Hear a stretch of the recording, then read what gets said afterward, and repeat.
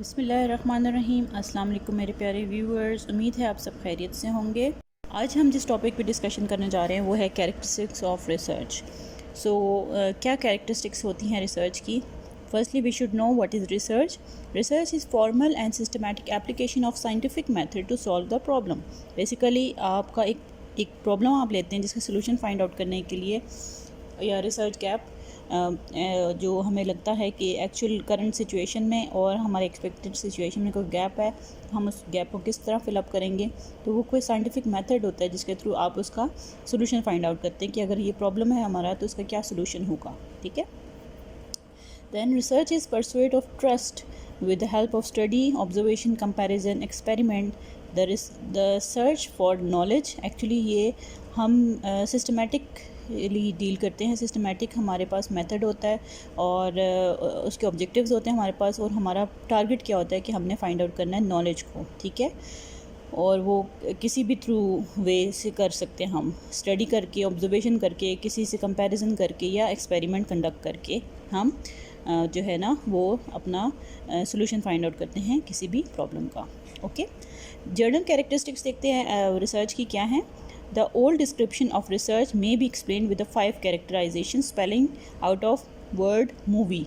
Movie एक word for example अपने mind में इमेजिन करें, उस वर्ड को अगर हम इमेजिन करें तो उसके 5 कैरेक्टरिस्टिक्स हमारे रिसर्च के उसके अंदर फिलअप होते हैं। Okay. First M stands for stands for mathematical precision and accuracy, कि हमारी कितनी मतलब बेसिकली रिसर्च के अंदर एक्यूरेसी और प्रिसीजन्स होते हैं। ठीक है। O स्टैंड्स फॉर ऑब्जेक्टिविटी, कि ऑब्जेक्टिविटी होती है उसके अंदर। V stands for verifiability, verify कर सकते हैं आप इसको। I stands for impartiality, impartial होता है वो। ठीक है। E stands for expertness. Okay. तो ये मूवी का वर्ड हमारे पास क्लियर करता है 5 मेजर एट्रीब्यूट्स ऑफ रिसर्च को। ओके। देन कम्स हमें एक और 5 कैरेक्टरिस्टिक्स हमें टॉकवेन ने दी थी। वो ये क्या कहता था, उसने 5 जो मेजर कैरेक्टरिस्टिक्स बताई थी रिसर्च की, वो थी सिस्टमेटिक होता है, ठीक है, लॉजिकल होता है, और एम्पिरिकल होता है, रिडक्टिव होता है, और रेप्लिकेबल एंड ट्रांसमिटेबल होता है। ओके। ये रिसर्च की जो मेजर कैरेक्टरिस्टिक्स हैं जर्नली रिसर्च की, वो हमें 1978 में उन्होंने दी थी, जो कि अभी थोड़ी और मतलब आपको आगे मैं डिस्कस करूँगी, स्पेसिफिकली एजुकेशनल रिसर्च की भी डिस्कस करूँगी। तो इन्हीं को आगे स्प्लिट आउट किया है, या कुछ और एट्रीब्यूट्स या कैरेक्टरिस्टिक्स एडअप भी हो गई हैं। ओके। लेकिन ये बेसिक कैरेक्टरिस्टिक्स सेम है। Research is directed towards the solution of a problem. Okay. ये भी जर्नल कैरेक्टरिस्टिक्स है कि हमारा डायरेक्ट टारगेट क्या होता है, हमने सोल्यूशन निकालना होता है किसी प्रॉब्लम का। Research is continuous inquiry in search of knowledge. जब तक हमें प्रॉपर नॉलेज नहीं मिलती, हमें अपने प्रॉब्लम का सोल्यूशन नहीं मिलता, तब तक हम अपनी इंक्वायरी जारी रखते हैं और कॉन्टीन्यूस रखते हैं। ठीक है।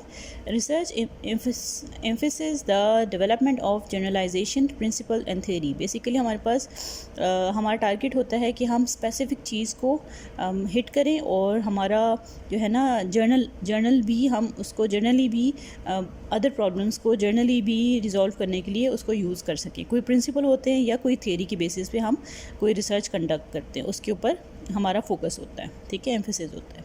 Research is based on observable experiences and empirical evidence. Research rejects revelation and dogmas as methods of establishing knowledge. Research employs in-depth review of related literature, कि पहले क्या काम हो चुका है उसके ऊपर। Research depends on valid and reliable data gathering procedure. Okay. किसी और के डाटा के ऊपर रिलाई नहीं करते, हम अपना डाटा प्रॉपरली वैलिडी मतलब हम अपना डाटा कलेक्ट करते हैं जो कि रिलायबल होता है और वैलिड होता है। ओके। वो आगे मैं आपको बताऊंगी कि हमारे पास कौन से इंस्ट्रूमेंट हम डेवलप करते हैं जो वैलिडिटी और रिलायबिलिटी को इंश्योर करते हैं। उसके बाद हम उसके थ्रू ही डाटा कलेक्ट करते हैं, ताकि हमारा डाटा, क्योंकि हमारा पूरा डाटा उसके ऊपर डिपेंड करता है और हमारी फाइंडिंग उसके ऊपर डिपेंड करती है। Okay. Research demands accurate observation and description. Obviously अगर हमारे पास एक्यूरेट डाटा या ऑब्जर्वेशन या डिस्क्रिप्शंस नहीं होंगी तो हमारे पास गलत सोल्यूशन आएगा, राइट। तो हमारे पास सोल्यूशन हमने करेक्ट फाइंड आउट करना है। Research apply systematic scientific procedure for the study. एक प्रॉपर मेथडोलॉजी होती है, प्रॉपर सीक्वेंस होता है जिसको हमने फॉलो करके अपना स्टडी कंडक्ट करनी होती है, रिसर्च कंडक्ट करनी होती है। Research involves gathering of new data from first hand sources. Primary data हमारा फर्स्ट प्रेफरेंस होती है कि हमने प्राइमरी डाटा हमने कलेक्ट करना है और उसी के थ्रू हमने सोल्यूशन फाइंड आउट करना है। ओके, और सेकेंड हमारे पास ऑप्शन, अगर प्राइमरी डाटा अवेलेबल नहीं है, कोई हिस्टोरिकल स्टडी कंडक्ट कर रहे हैं, तो सेकेंडरी डाटा के ऊपर हम रिलाई करते हैं, जो कि और एग्जिस्टिंग डाटा जो कि फॉर एग्जांपल हमारे डॉक्यूमेंटेशन के थ्रू हमें मिलता है, या फिर आपका सेकंड सोर्स कोई होता है, कोई और बंदा आपके लिए डाटा कलेक्ट कर रहा होता है, लेकिन उसके लिए भी फिर आगे कोई रूल्स हैं जिसको हमने फॉलो करना होता है कि वो इंश्योरिटी दें कि वैलिड और रिलायबल डाटा हमारे पास आ रहा है। ओके, फॉर न्यू पर्पसेस, किसी भी न्यू मकसद के लिए। Then research is based on carefully designed procedure with rigorous analysis. Analysis भी बहुत इंपॉर्टेंट है। डाटा कलेक्शन जिस तरह हमने पहले डिस्कस किया, वैलिड और रिलायबल होना चाहिए। उसके बाद एनालिसिस पे डिपेंड करेगा। एनालिसिस अगर रॉन्ग वे में की है, एनालिसिस के लिए जो हमने प्रोसीजर अडॉप्ट किया वो अगर राइट नहीं है, वो इसको अलाइन नहीं करता हमारे डाटा के साथ, तो डेफिनेटली आउटपुट हमारे पास समहाउ क्लियर नहीं होगा। Research requires expertise. रिसर्च के लिए हमें एक्सपर्टीज़ चाहिए, एक्सपर्ट बंदा रिसर्च कंडक्ट कर सकता है, राइट। लेकिन for those people who want to initiate their research, तो उनके लिए ये है कि आप पुरानी रिसर्चेस को स्टडी करें और मेक श्योर करें जो आपने रिसर्च की, मैं भी टॉपिक्स आपके साथ डिस्कस कर रही हूँ, मेक श्योर करें कि ये चीज़ें आपके रिसर्च के अंदर पाई जा रही हैं, तो फिर आप इनिशिएट कर सकते हैं और इसके बाद इंशाल्लाह आप एक्सपर्ट बन सकते हैं। Research is objective and objective logical process and eliminate personal biases. ठीक है, आपने पर्सनली खुद अपने एज्यूम करके कुछ नहीं कहना कि मेरे माइंड में ये चीज़ आ रही है तो somehow reality is this one. No, you are not suppose to put your own observation, like put your own point of view in your research. You are supposed to conduct a research in an appropriate way.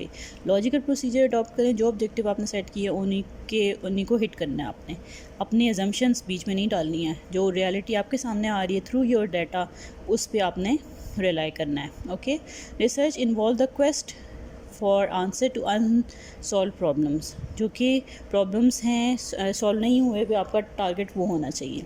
Possibility for replication, हाँ ये हो सकता है कि आप कोई अगर research conduct हुई हुई किसी और कंट्री में, किसी और कॉन्टेक्स्ट पे, तो आप वो अपने एरिया में, अपने कॉन्टेक्स्ट के अंदर उसको दोबारा से कंडक्ट कर सकते हैं। ठीक है, research is characterized by patient and unhurried activity.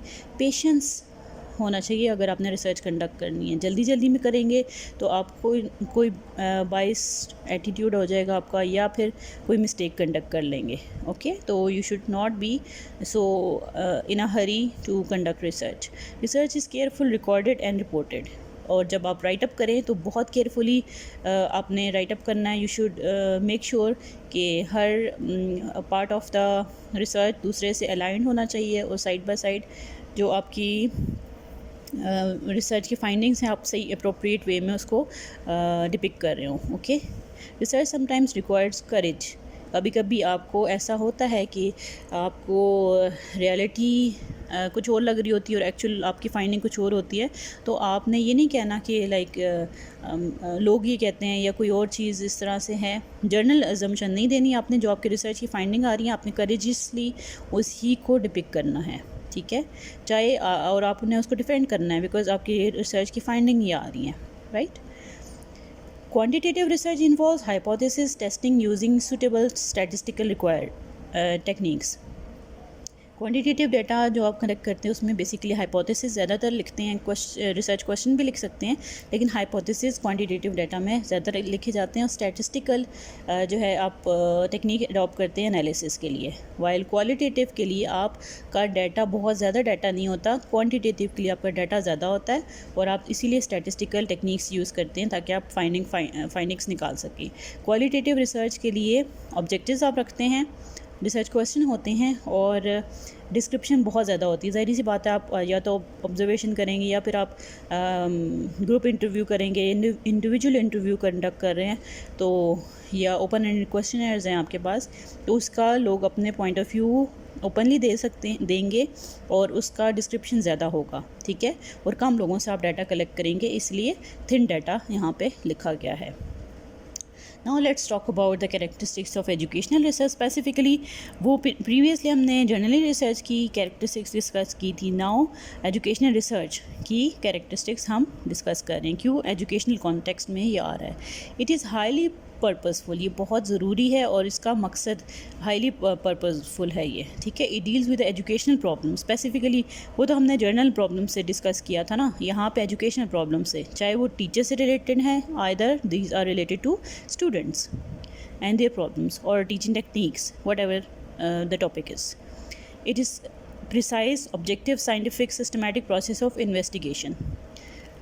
It attempts to organize data quantitatively or qualitatively to arrive at statistical inferences. ठीक है, हमारा डाटा इसमें भी दोनों वेज़ में हो सकता है, जिस तरह से आप रिसर्च कंडक्ट कर रहे हैं।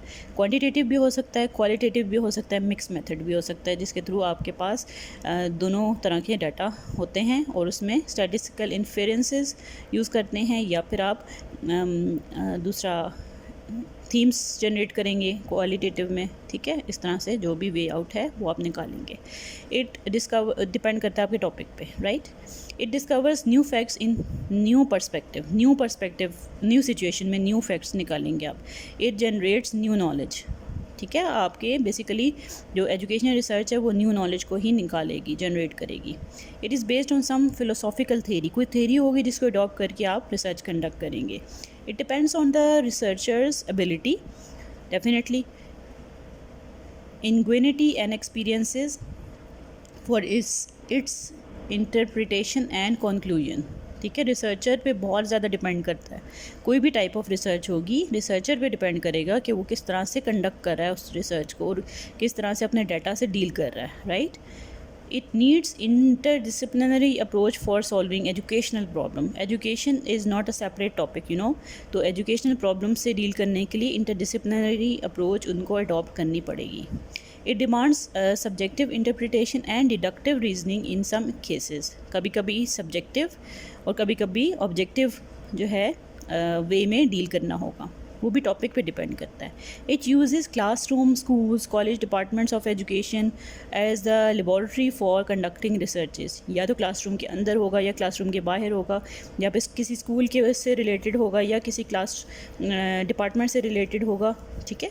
तो जो हमारे एजुकेशन रिसर्च है वो इन्हीं एरियाज़ में एजुकेशन से स्पेसिफिकली डील करेगा।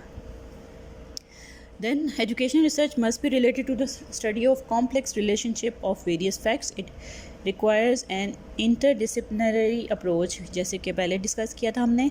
Education research usually employs methods of description, explanation, interpretation, sympathetic, of intuitive understanding method, which are mainly speculative and deductive in character, which really furnish results that can be subjected to measurement of mathematical procedures. Okay, educational research should come out of a desire to do things better, right? It should help them to narrow down the proverbial gap between theory and practice in education. जैसे आपको मैंने discuss किया था बिल्कुल start में कि हमारी theory क्या है, हमारा टारगेट क्या है, एक्सपेक्टेशन क्या है और एक्चुअल रियलिटी क्या है, तो उसके बीच में जो गैप है हमने बेसिकली उससे फिलअप करना है अपनी रिसर्च के थ्रू।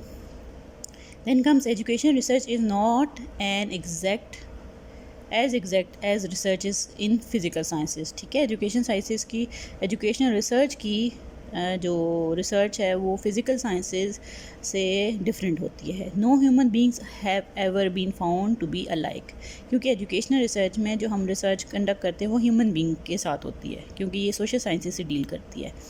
तो ह्यूमन बीइंग की थॉट्स डिफरेंट होती हैं, उनके एक्सपीरियंसेस डिफरेंट होते हैं, उनके बैकग्राउंड्स डिफरेंट होते हैं। So no scientific investigations of human behaviour ever, even those of us so-called identical twins, have resulted in the findings of individuals completely similar in structure or behavior, right?